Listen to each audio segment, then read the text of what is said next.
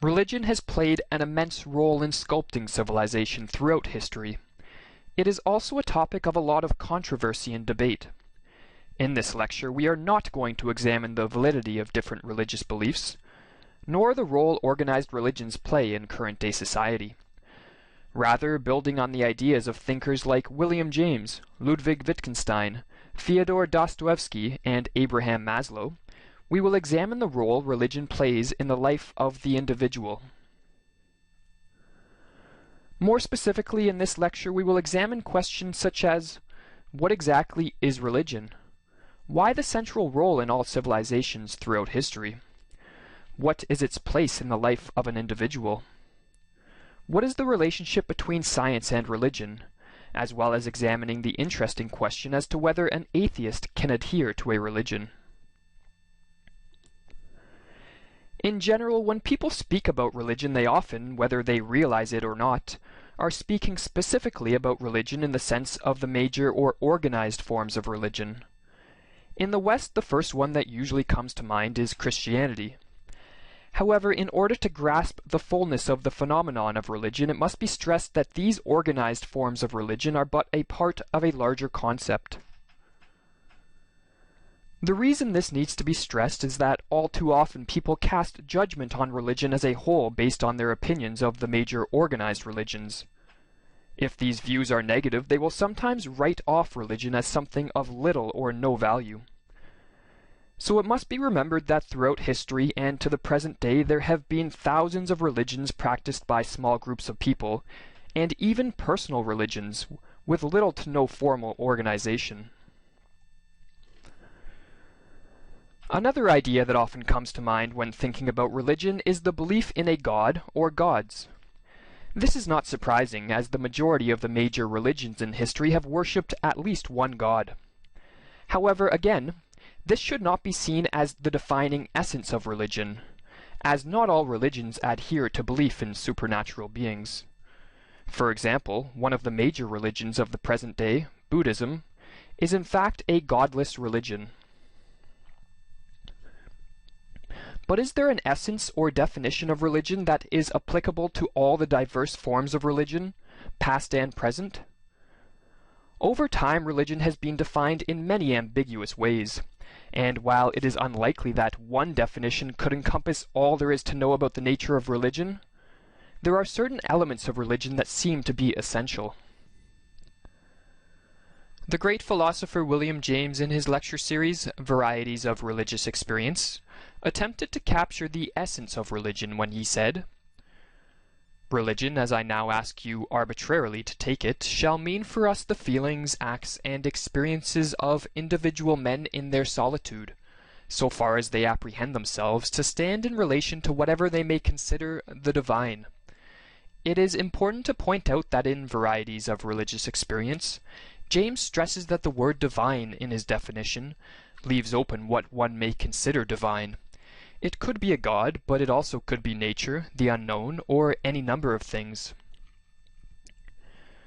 Here James, with his reference to man in his solitude, emphasizes the personal nature of religion, and this seems to be a common characteristic to one degree or another of all religions, even the mass-organized ones. For not only do organized religions attempt to elicit personal experiences and emotions in their followers through rituals and worship, but as James points out, the major religions of the 20th century were founded by the personal religious experiences of a handful of individual prophets. Robert Bellah, in his illuminating work titled Religion in Human Evolution, draws on the work of the American anthropologist Clifford Geertz to define religion in a similar manner to William James. As Bellah writes, "Religion is a system of symbols that, when enacted by human beings, establishes powerful, pervasive, and long-lasting moods and motivations that make sense in terms of an idea of a general order of existence." Similar to the definition James put forth, Bellah does not emphasize the worship of gods in his definition, and again, like James, he stresses the importance of powerful emotions which all religions attempt to elicit in their followers. Furthermore, for both James and Bella, these powerful emotions are elicited when the individual feels himself to be in a relationship with something he considers to be all-important. James labeled this the divine, while Bella called it an idea of a general order of existence. Such a relationship plays a crucial role in religion, as it is through this relationship one is granted answers to certain existential questions which have plagued the minds of humans since the dawn of civilization. In other words, another primary characteristic of religion is the attempt to answer fundamental questions about the existence of human beings in the universe. But this raises the question as to why it is that we as humans have for so long been concerned with such questions, and why we need religion to provide the answers. A common suggestion put forth is that we look to religion for answers to these questions because of the inadequacy of the world of daily life. The world of daily life can be seen as that in which the majority of us spend most of our waking lives. It is in this world that we work, see to our practical interests, and use means to strive towards our desired ends. However, as this theory goes, behind the veil of our everyday lives, we are haunted by a fundamental anxiety, usually unconscious, of which our daily lives provide no relief. This deep-seated anxiety is none other than the fear of death. The fact that in the blink of an eye our existence, or the existence of those we love, could be completely annihilated is not a comfortable thought for anyone.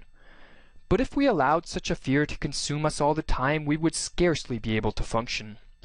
So in order to act in what is considered a socially normal manner, most of us push the existential questions out of the way. But we cannot escape this anxiety forever. Inevitably, such existential fears creep in at one time or another, be it after the death of a close friend or even just from a spell of boredom which causes our mind to wander. And when these fears are stimulated, we as human beings are driven to search for an escape or a place of comfort. Throughout history, such an escape has predominantly been found in what some have called a religious reality. Religions provide narratives, stories, and beliefs which ultimately quell the existential fear and doubt which inevitably come creeping in.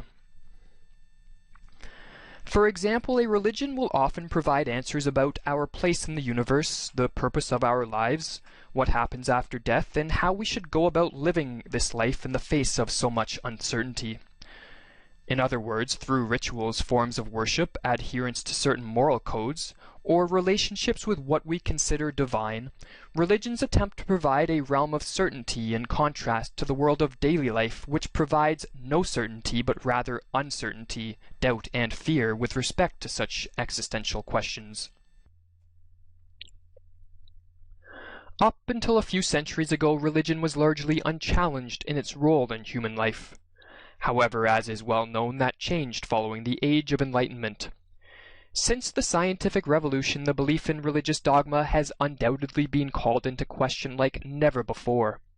Some go as far as to say that science seems to be slowly but surely destroying the foundations on which religion was built, by revealing the flaws in religious dogmas. But is this a fair characterization of the relationship between science and religion?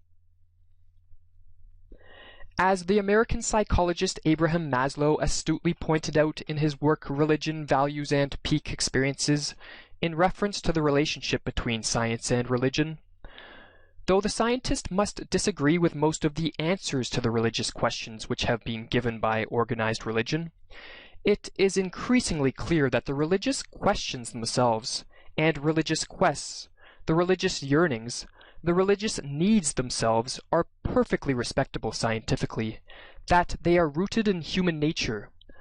Though the answers were not acceptable, the questions themselves were and are perfectly acceptable, perfectly legitimate. But that still leaves open the question as to whether science can provide the answers to the religious, or what we have been calling the existential questions. Science, like religion, has also searched for certainty. But the knowledge or certainty science has traditionally searched for deals with questions usually related to the workings of nature, which appear to be of a fundamentally different type than the existential ones confronted by religion. Such an idea seems to have been suggested by one of the most influential philosophers of the 20th century, Ludwig Wittgenstein, who said, "The solution of the riddle of life in space and time lies outside space and time.